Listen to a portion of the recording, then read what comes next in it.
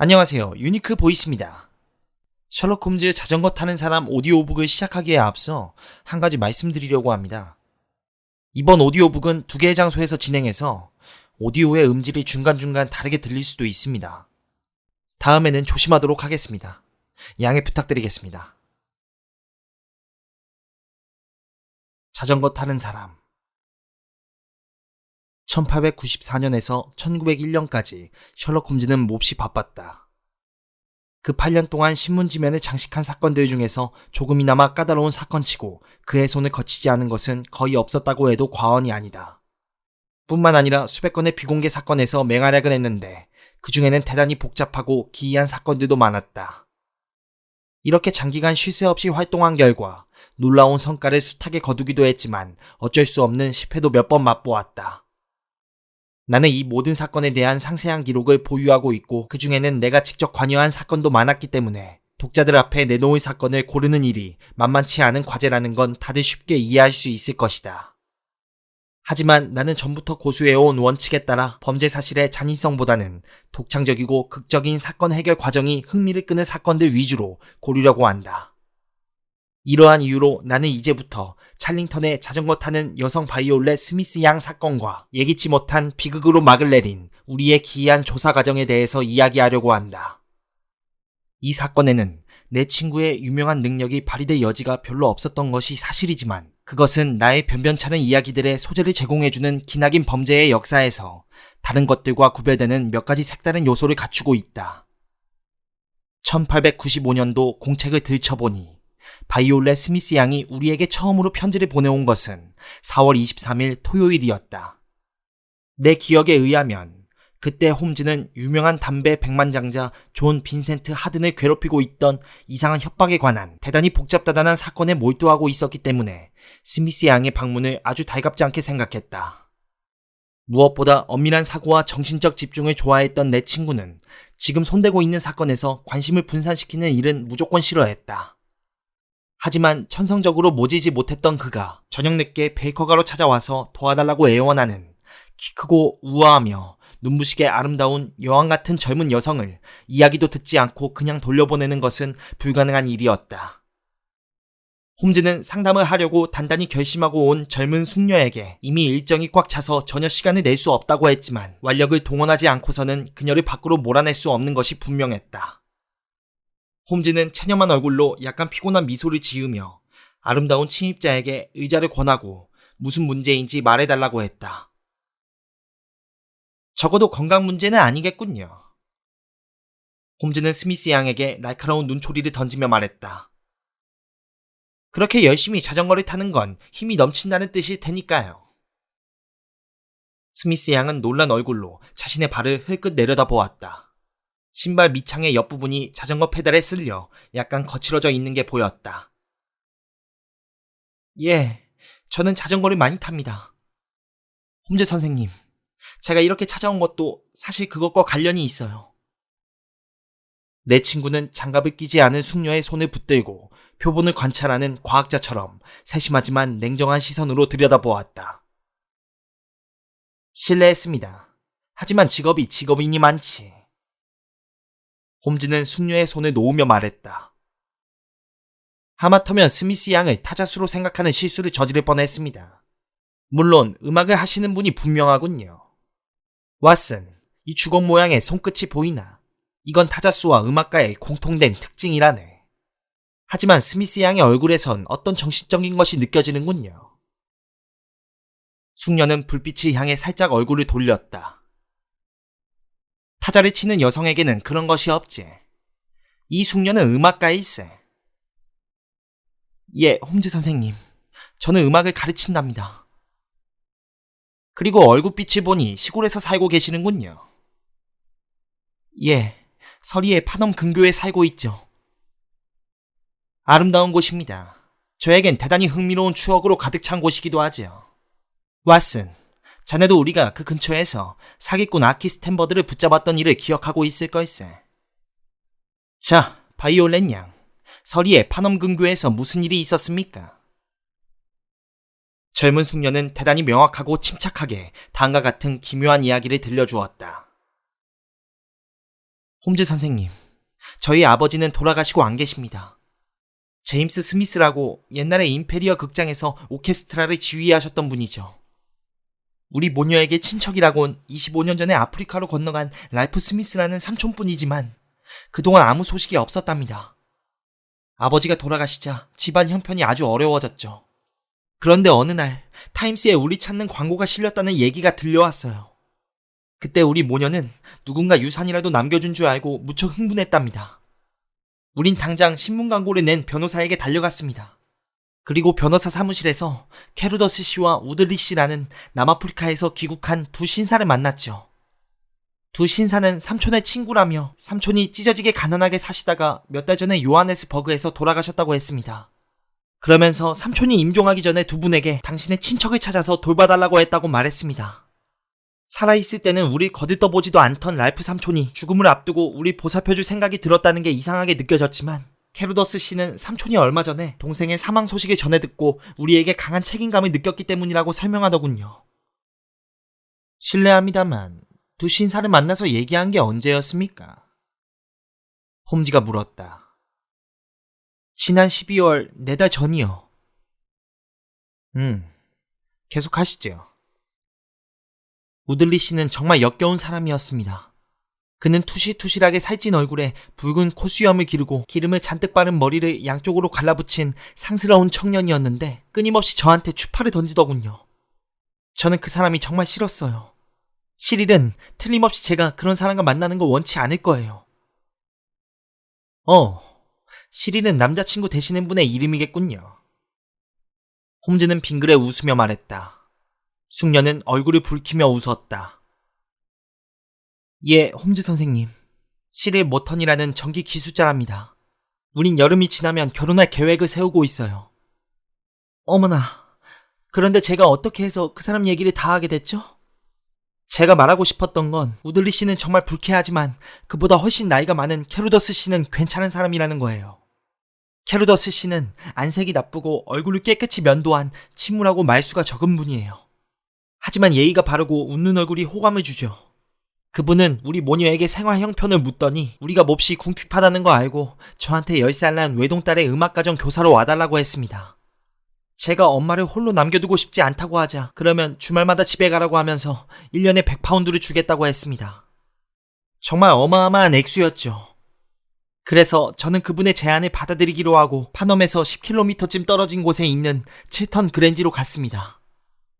캐루더스 씨는 호랍이었지만 딕슨 여사라는 나이 지긋하고 훌륭한 가정부에게 집안 살림을 맡기고 있었죠. 아이는 귀여웠고 만사가 다 잘 될 것 같았어요. 캐루더스 씨는 정말 친절한 데다 음악을 좋아하는 분이어서 저녁마다 굉장히 즐겁게 지냈답니다. 저는 주말이면 꼬박꼬박 런던의 엄마 집으로 갔죠. 행복한 생활에 처음으로 균열이 생긴 것은 붉은 콧수염에 우들리 씨가 오면서부터였습니다. 그 사람은 일주일 동안 그곳에 머물렀는데 제게는 그 시간이 석 달처럼 느껴졌어요. 그 사람은 무서운 사람이었습니다. 누구한테나 난폭하게 굴었지만 저한테는 훨씬 나빴어요. 그 싫은 사나이가 저를 좋아하게 된 거예요. 우들리 씨는 자기 재산 자랑을 늘어지게 하면서 자기랑 결혼하면 런던에서 제일 비싼 다이아몬드를 갖게 해주겠다고 하더니만 제가 아예 상대도 하지 않으려고 하자 어느 날 저녁 식사를 마친 뒤에 저를 껴안고 자기한테 키스해줄 때까지 놔주지 않겠다고 했습니다. 힘도 끔찍하게 세더군요. 그때 캐루더스 씨가 들어와서 그를 떼어냈죠. 그러자 그는 주인에게 덤벼들더니 그분을 바닥에 쓰러뜨리고 얼굴에 상처를 냈습니다. 짐작하시겠지만 그것으로 그의 방문은 끝났습니다. 캐루더스 씨는 다음날 저에게 사과하면서 다시는 그런 모욕을 당하지 않게 될 거라고 안심시켜 주었습니다. 그 다음에는 우들리 씨를 만난 적이 없답니다. 홈즈 선생님, 이제 여기 찾아오게 된 직접적인 계기가 된 사건에 대해 얘기할 차례가 되었군요. 저는 토요일 아침마다 런던행 12시 22분 기차를 타러 자전거를 타고 파넘역으로 간답니다.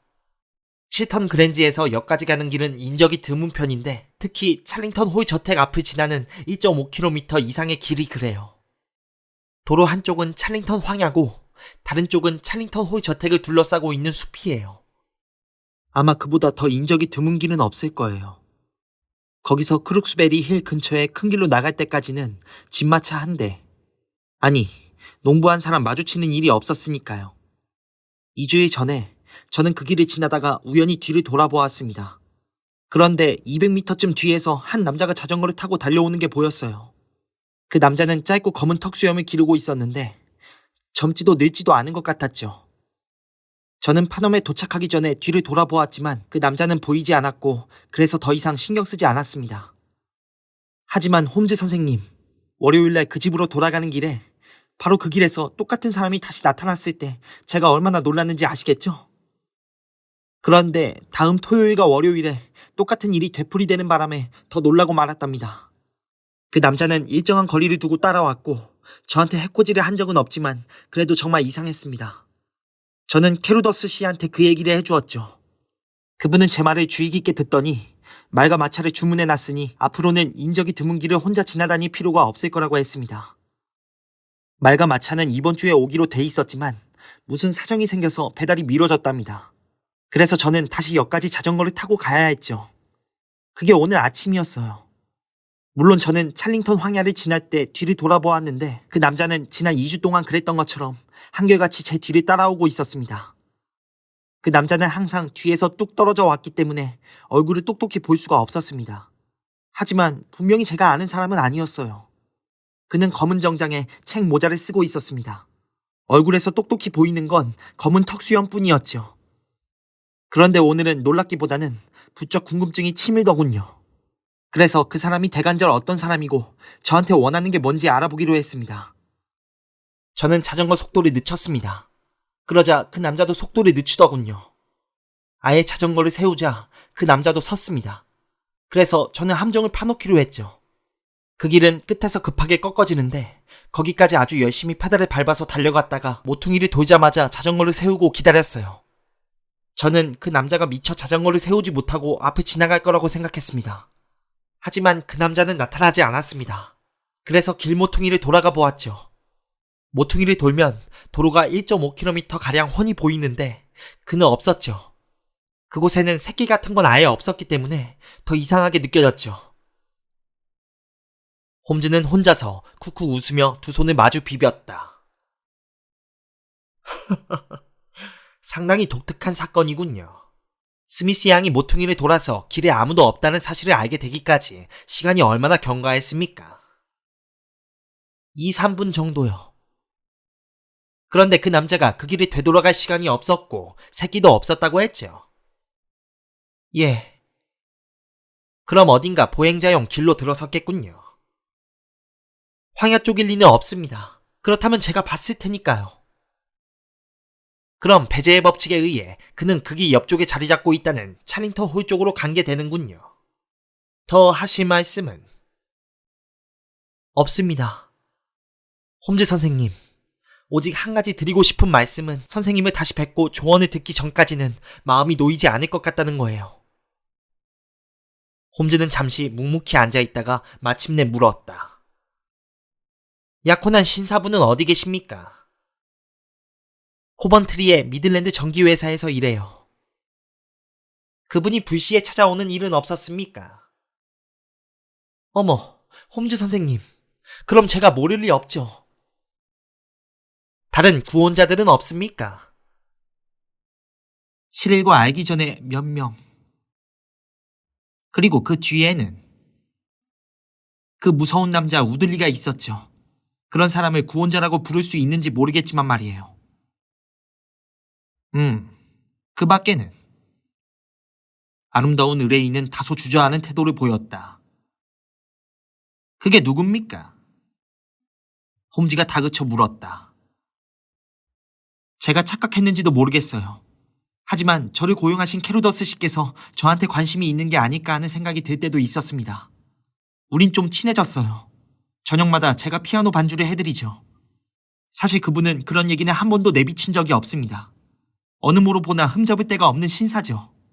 하지만 여자의 직감이라는 게 있으니까요. 허허. 홈즈는 심각한 얼굴을 했다. 캐루더스 씨는 무슨 일을 하죠? 그분은 부자예요. 마차도 말도 없는데. 최소한 아주 잘 살기는 해요. 하지만 일주일에 두세 번씩 시내로 나간답니다. 남아프리카 금강 주식에 굉장히 관심이 많아요. 그렇군요. 스미스 양, 뭐든지 새로운 일이 생기면 꼭 알려주십시오. 제가 지금 당장은 아주 바쁘지만 앞으로 틈을 내서 의뢰하신 문제에 대해 조사해 보겠습니다. 그동안에는 저한테 알리지 않고 섣불리 행동하는 일이 없도록 주의해 주십시오. 안녕히 가십시오. 앞으로 좋은 일이 있을 거라고 생각합니다. 홈즈는 명상용 파이프를 끌어당기며 말했다. 남자들이 저런 여성을 따라다니는 건 자연의 이치에 속하는 일이지. 하지만 인적이 드문 시골길에서 자전거를 타고 따라오는 건 문제가 좀 달라. 틀림없이 짝사랑하는 남자일 거야. 하지만 왓슨, 이 사건에는 상당히 묘한 구석이 있네. 남자가 항상 같은 곳에만 나타나는 게. 바로 그걸세. 우리가 맨 처음 해야 할 일은 찰링턴 홀에 사는 사람이 누군지 알아내는 것일세. 그 다음에는 캐루더스와 우들리의 관계를 캐내야지. 두 사람은 완전히 다른 종류의 사람들 같지 않나. 그런데 두 사람이 그렇게 열심히 라이프 스미스의 친척의 소재를 수소문한 이유가 뭘까? 또 있네. 가정교사의 월급으로 평균 급여의 2배를 지출하면서도 말한 필요 없는 집이라니. 대체 어떻게 생겨먹은 집일까? 역에서 10km나 떨어진 곳에 살면서 말이야. 묘하군. 정말 묘해. 자네가 내려갈 거지? 아니. 자네가 내려갈 걸세. 이 사건은 대단찮은 음모일 것 같은데 이것 때문에 다른 중요한 일을 포기할 순 없거든. 월요일날 일찌감치 파넘에 내려가서 찰링턴 황야 근처에 숨어 있게. 그리고 어떤 일이 벌어지는지 직접 관찰하고 자네 판단에 따라 행동하게.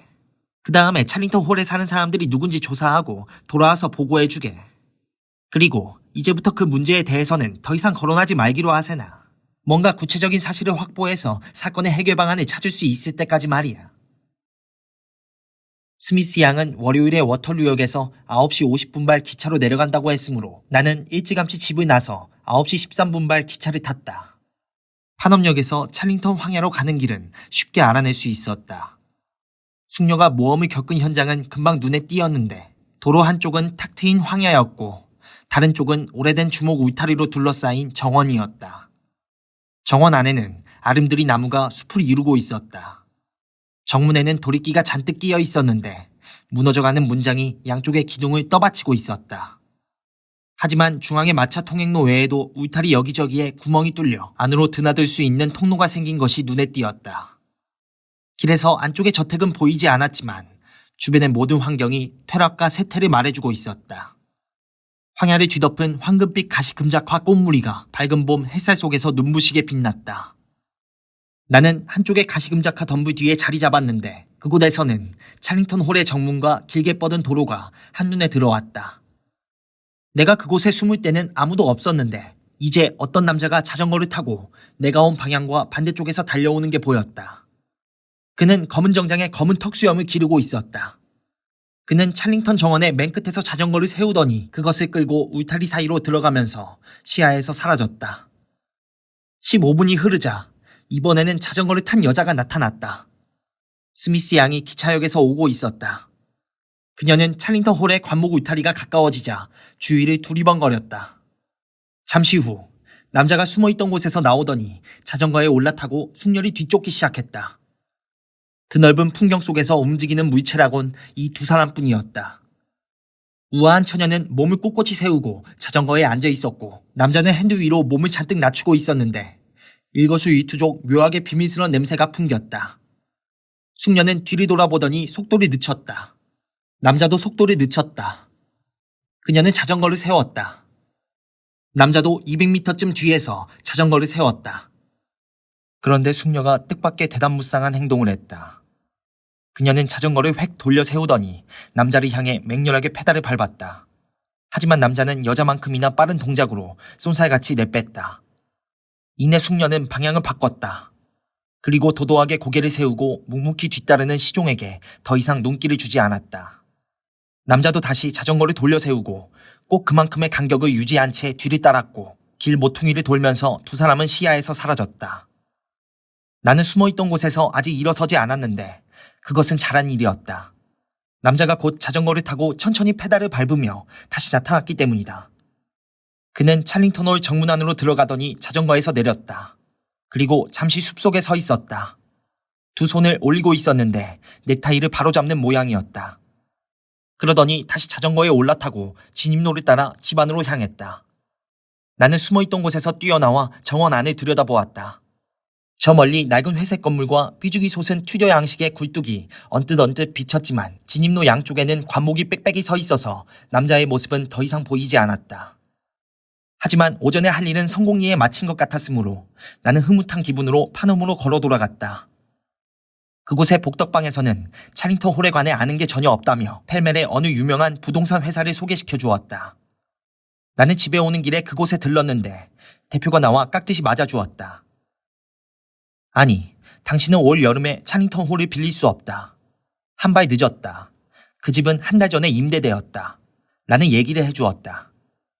세입자는 윌리엄슨 씨라는 나이 지긋한 점잖은 신사였다. 부동산 업자는 의뢰인에 관한 것은 자신이 말할 수 있는 사항이 아니므로 더 이상 얘기할 수 없다고 정중하게 말했다. 그날 저녁, 셜록 홈즈는 나의 장황한 보고를 주의 깊게 경청했지만 내가 내심으로 바라고 예상했던 한마디 칭찬의 말 같은 건 없었다. 오히려 엄격한 얼굴에 평소보다 더욱 냉혹한 빛이 띠고 내가 한 일뿐 아니라 하지 않은 일에 대해 따져 물었다. 왓슨, 자네는 은신처를 잘못 골랐어. 주먹 울타리 뒤에 숨어야 그 흥미로운 인물들을 가까이서 볼 거 아닌가. 그런데 수백 미터 떨어진 곳에 엎드려 있었기 때문에 나한테 할 수 있는 얘기가 스미스 양만큼도 안 되는 걸세. 스미스 양은 그 남자가 모르는 사람이라고 했지만 나는 그렇지 않을 거라고 확신하네. 만약 진짜 모르는 사람이라면 숙녀가 얼굴을 알아볼 수 있을 만큼 가까운 거리로 다가올 때 질색을 하고 달아난 이유가 뭐란 말인가. 자넨 그 남자가 핸들 위로 고개를 낮췄다고 했네. 그건 물론 얼굴을 감추기 위한 행동이었지.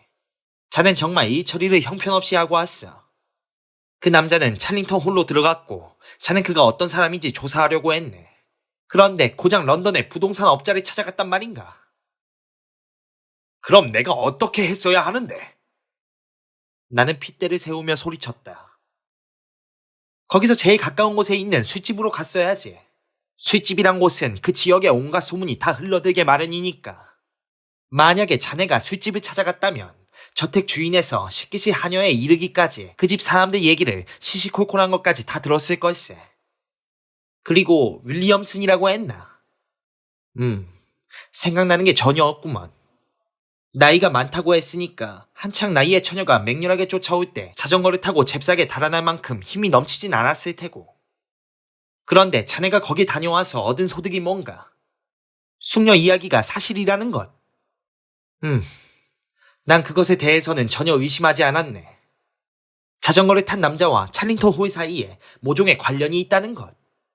그것도 의심해 본 적이 없어. 아니면 그 집을 빌린 사람이 윌리엄슨이라는 것. 그런 걸 알아봤자 무슨 소용인가. 저런. 여보게, 그렇게 기죽을 필요는 없네. 다음 토요일까지는 할 수 있는 일이 별로 없으니까 그 사이에 내가 직접 한두 가지 알아보도록 하지.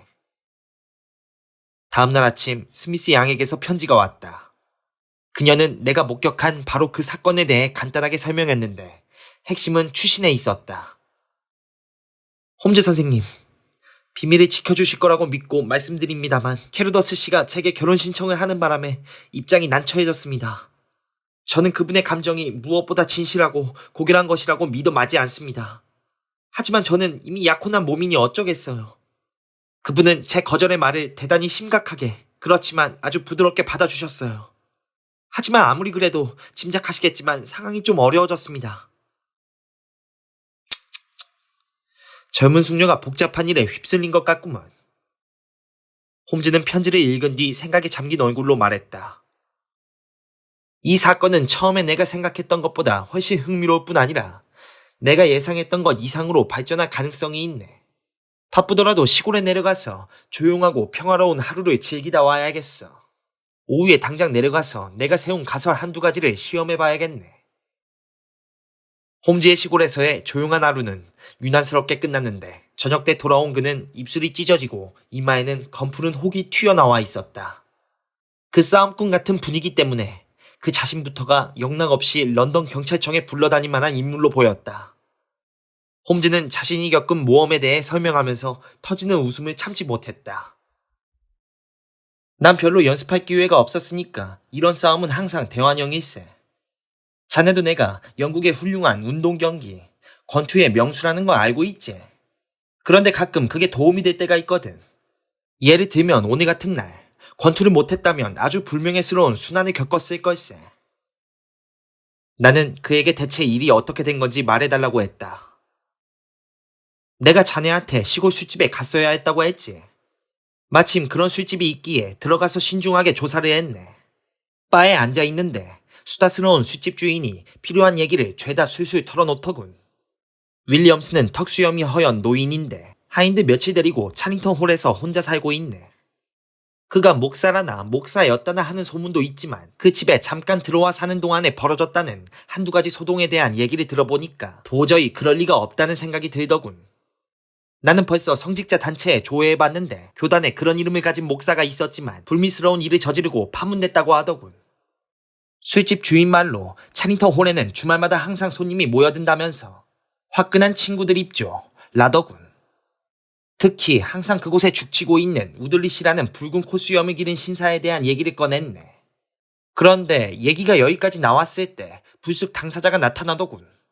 알고 보니 한쪽 구석에서 맥주를 마시고 있다가 얘기를 전부 엿들었지 뭔가. 너는 뭐하는 놈이냐? 원하는 게 뭐냐? 무엇 때문에 그런 걸 캐고 다니냐? 그 자네 이러면서 걸쭉한 욕설을 한바탕 퍼붓는데 수사가 참으로 박력에 넘치더군. 그러더니 욕짓거리 끝에 냅다 주먹을 날렸는데 난 제대로 피하지 못했어.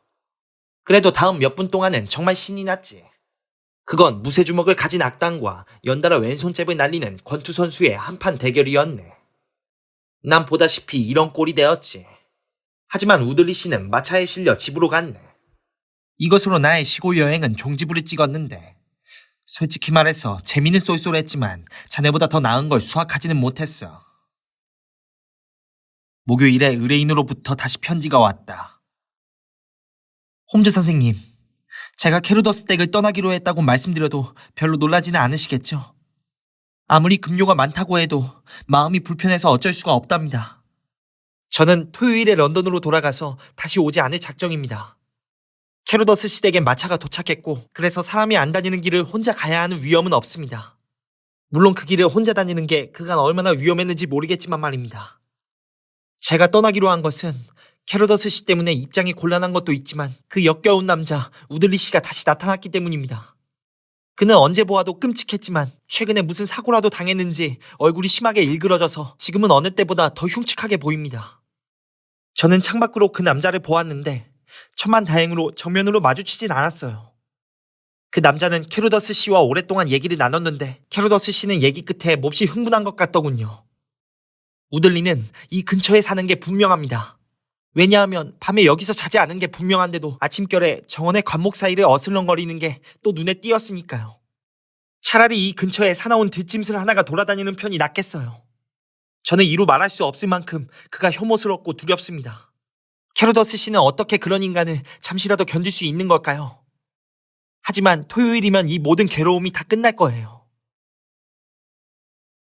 그래야지. 왓슨, 그래야 하고 말고. 홈즈는 무겁게 말했다. 그 어린 여성을 둘러싸고 뭔가 복잡한 음모가 무르익고 있네.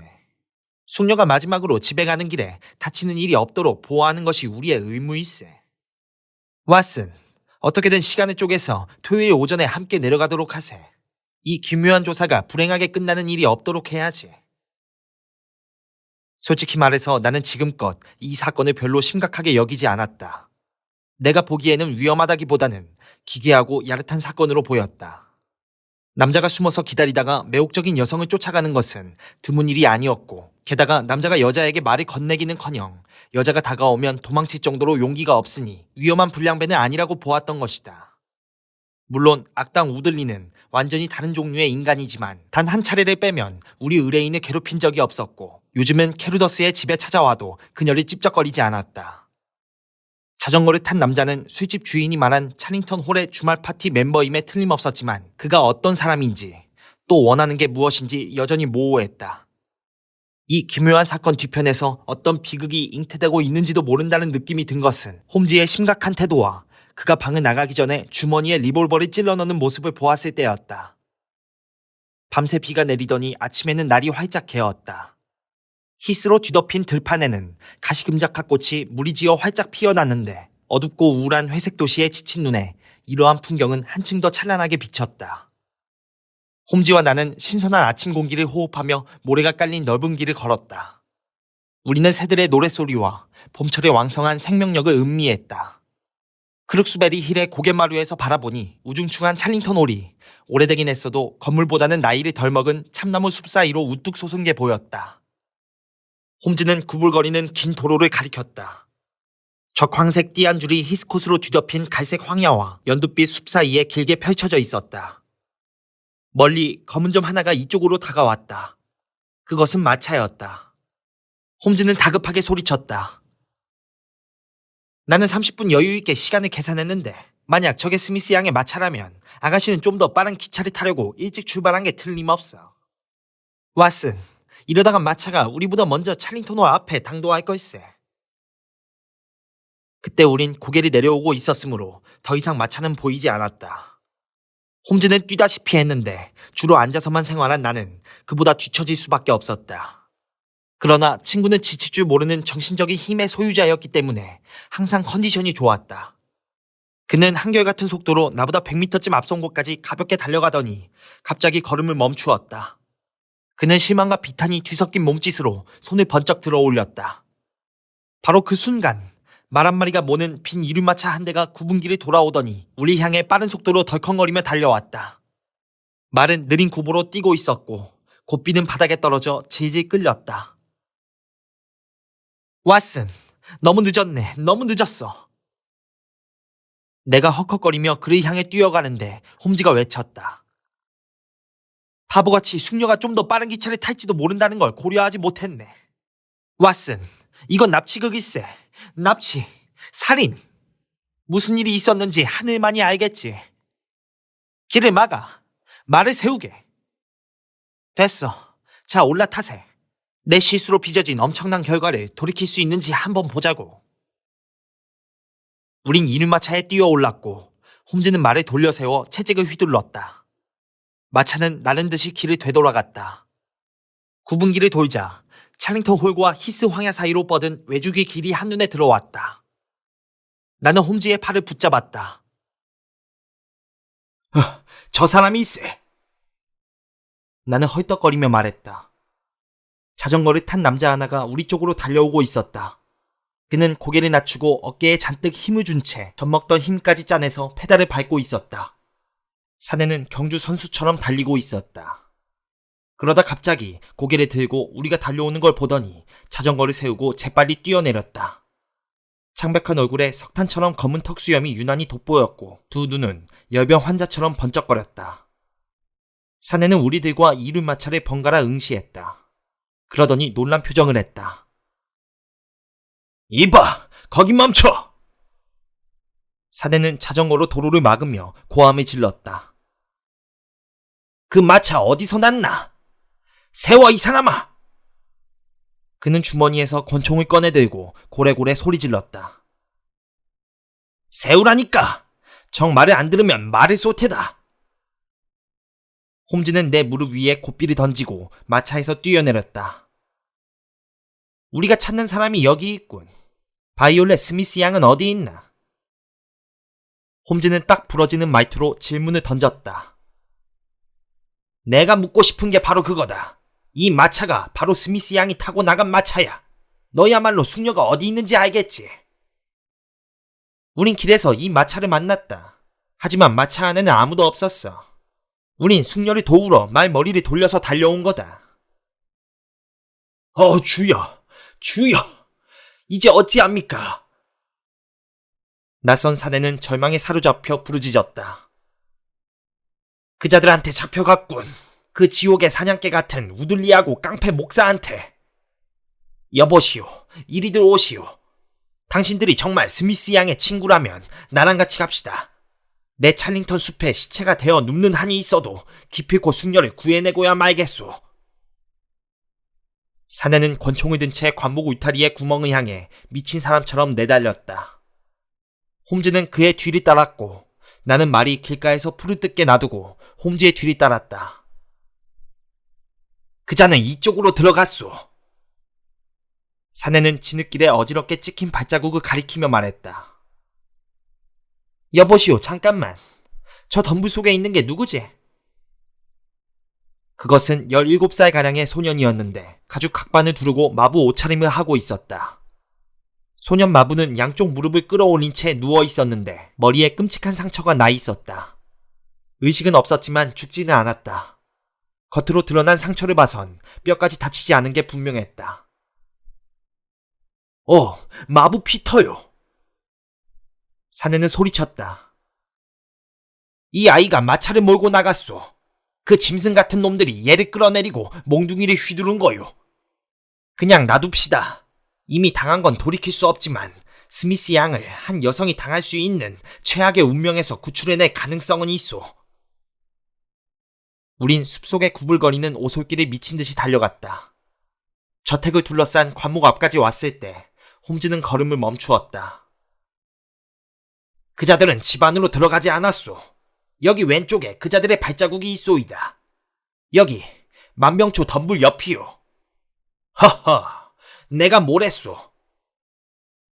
사내가 말하는 동안 눈앞에 울창한 녹색 관목 사이에서 공포에 질린 여자의 비명소리가 날카롭게 터져나왔다. 비명소리는 점점 높아지다가 누군가 입이라도 틀어막은 것처럼 갑자기 뚝 끊어졌다. 이쪽이요, 이쪽. 저들은 볼링장에 있소. 사내는 관목 사이로 돌진하면서 말했다. 아, 비겁한 개들. 신사 여러분, 어서 나를 따르시오. 늦었어, 너무 늦었어. 갑자기 눈앞이 탁 트이며 우리는 아름드리 나무로 둘러싸인 아름다운 잔디밭으로 뛰어들었다. 빈터 맨 끝, 커다란 참나무 그늘 아래 어울리지 않은 세 사람이 모여 있었다. 한 사람은 여성이었는데 바로 우리 의뢰인이었다. 그녀는 입을 손수건으로 틀어막은 채 축 늘어져서 정신을 못 차리고 있었다. 그녀와 마주보고 있는 사람은 붉은 콧수염을 기른 잔인한 젊은이였다.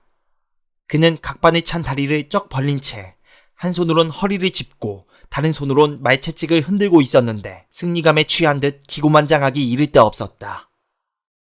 두 남녀 사이에는 반백의 턱수염을 기르고 옅은 색깔의 트위드 정장에 길이가 짧은 사제복을 덧입은 늙은이가 방금 결혼식을 끝냈는지 막 기도서를 주머니에 넣고 있었다.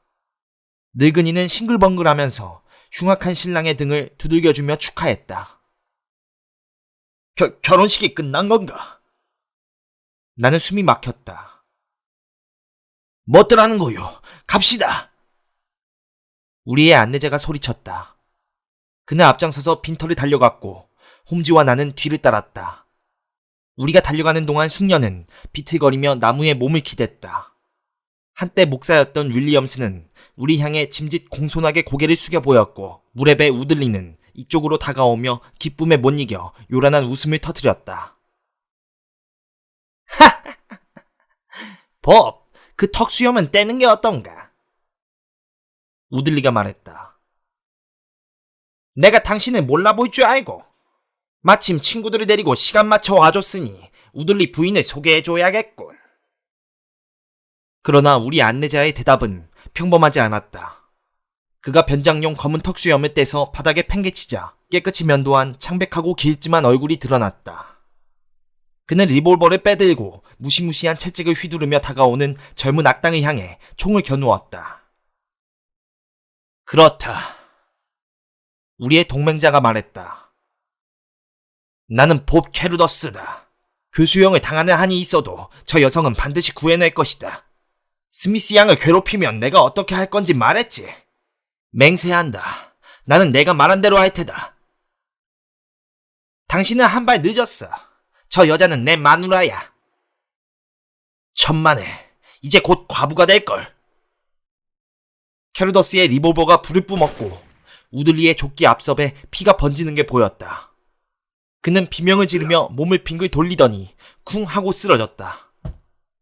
역겨운 붉은 얼굴이 갑자기 무섭게 얼룩덜룩하고 창백한 얼굴로 바뀌었다. 아직도 사제복을 걸치고 있는 늙은이는 내가 생전 들어보지도 못한 망측한 욕설을 퍼부으며 리볼버를 빼들었으나 미처 총을 들어올리기도 전에 홈즈의 총구가 자신을 겨누고 있는 걸 보았다. 이제 됐다. 내 친구는 차갑게 말했다. 그 총을 버려라.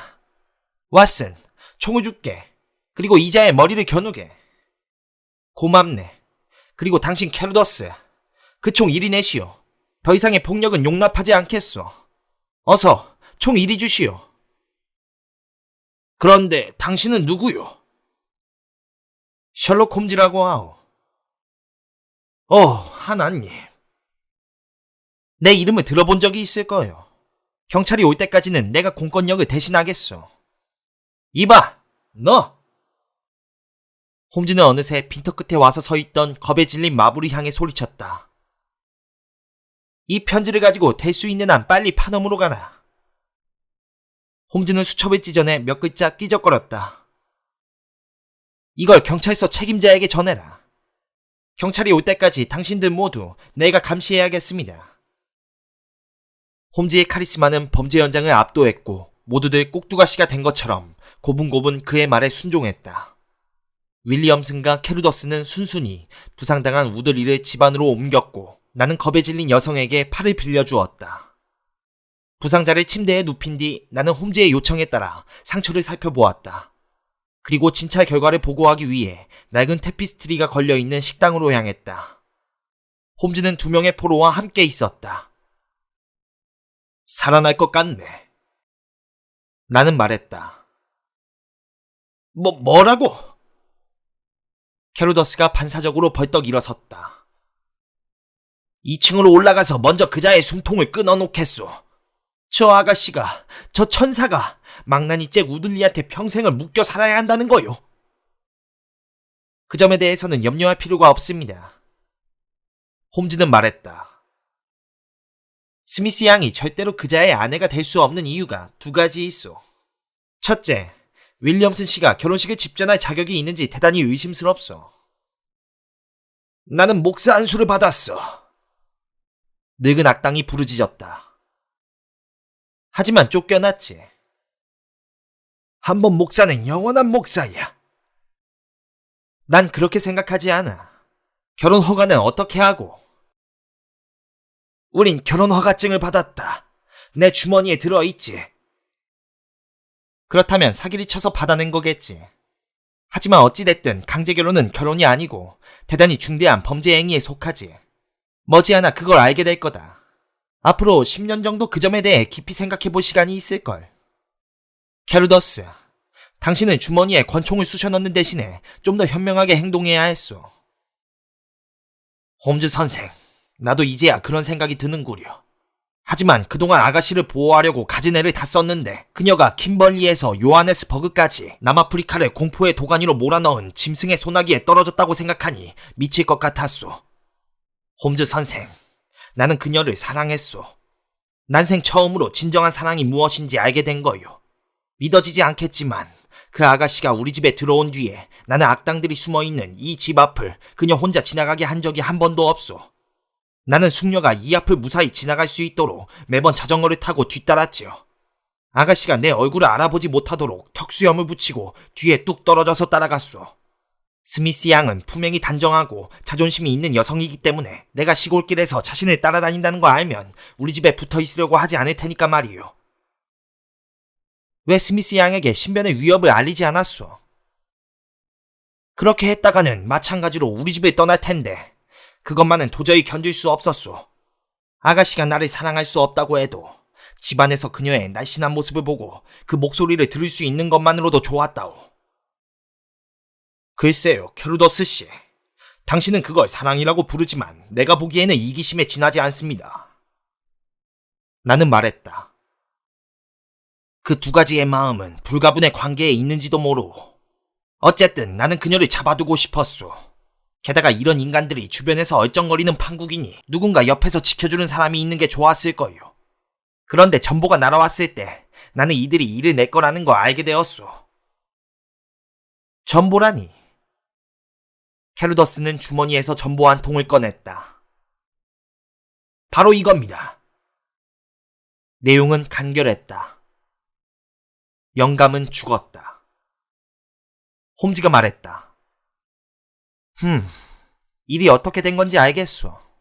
그리고 당신 말처럼 이 전보를 보고 일당이 무슨 생각을 했는지도 알만하오. 하지만 기다리는 동안에 할 말이 있으면 해보시오. 그러자 사제복을 입은 늙은 깡패가 거친 욕설을 퍼붓기 시작했다. 봅 캐루더스, 만약 우리 일에 고해 바쳤다가는 너도 잭 우들리처럼 똑같은 꼴을 당할 줄 알아라. 네가 계집애 앞에서 징징거리면서 네 마음을 홀랑 까뒤집어 보이는 건 좋다. 그건 네 사정이니까. 하지만 이 사복 경찰 앞에서 친구들 얘기를 까발렸다가는 평생을 후회하게 될 거다. 목사님께선 그렇게 흥분할 필요가 없는데. 홈즈는 시거에 불을 붙이며 말했다. 당신들이 한 짓을 다 알고 있으니까 말이야. 난 그저 개인적인 호기심 때문에 몇 가지 세부 사항을 물어보는 것뿐이야. 하지만 나한테 직접 말하기 곤란하면 내가 대신 얘기해주지. 어디 당신들이 얼마만큼이나 비밀을 지킬 수 있는지 보라고. 먼저 당신들 셋은 이 사건을 계획하면서 남아프리카에서 건너왔어. 당신 윌리엄슨하고 캐루더스, 그리고 우들리 말이야. 나는 빼주시지. 늙은이가 말했다. 2달 전까지는 나 이 둘의 얼굴을 본 적도 없고 내 평생 아프리카에는 가본 적도 없으니까 말이야. 그러니까 그 거짓말은 당신 파이프에나 담아뒀다가 피우시오. 이 참견쟁이 홈즈씨. 그 말은 사실이요. 캐루더스가 말했다. 좋소. 좋아. 그럼 두 사람이 건너온 것으로 해두지. 목사님은 순수 영국산이로구먼. 어쨌든 두 사람은 남아프리카에서 랄프 스미스를 만났어. 그가 오래 살지 못하리라고 생각할 만한 이유가 있었겠지. 그리고 조카 딸이 유산을 상속받게 되리라는 것도 알았고. 어떤가? 캐루더스는 고개를 끄덕였고 윌리엄스는 욕설을 퍼부었다.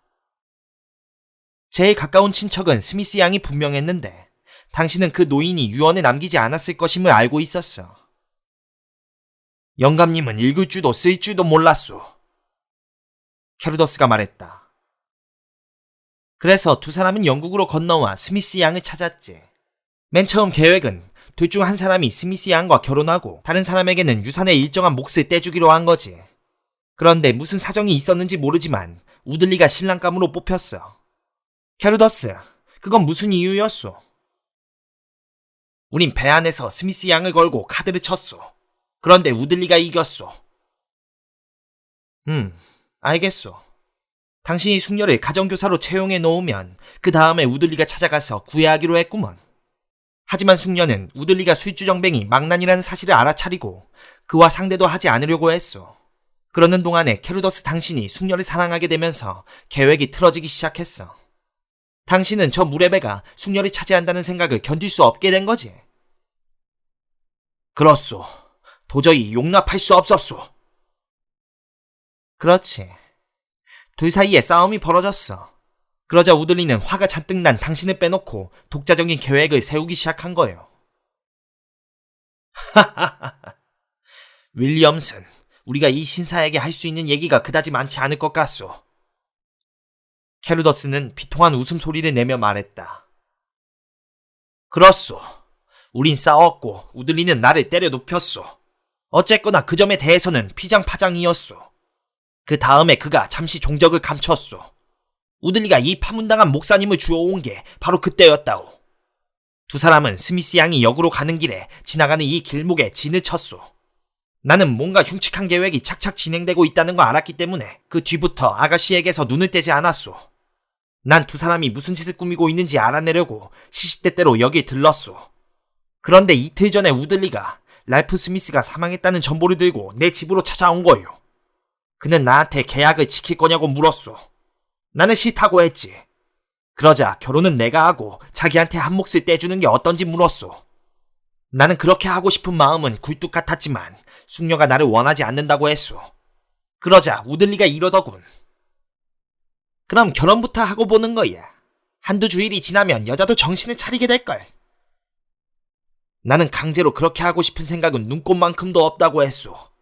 그러자 그는 욕쟁이 깡패답게 걸쭉한 욕설을 퍼부으면서 자기가 여자를 차지하겠다고 소리 지르면서 떠났소.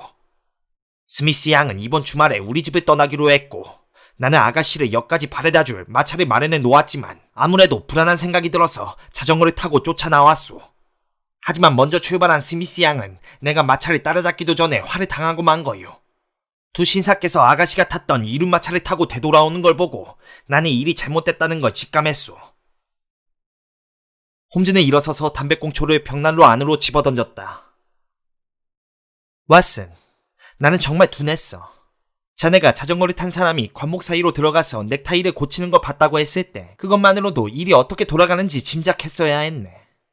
하지만 우리는 기이할 뿐 아니라 어떤 측면에서는 독특하기까지 한 사건을 건졌으니 축배를 들어도 될 것 같군.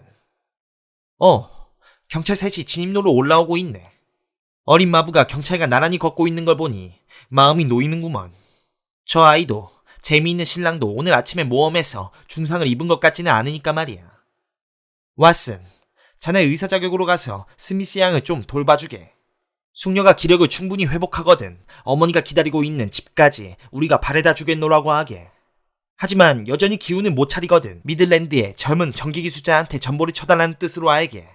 그게 나머지 치료가 될 걸세.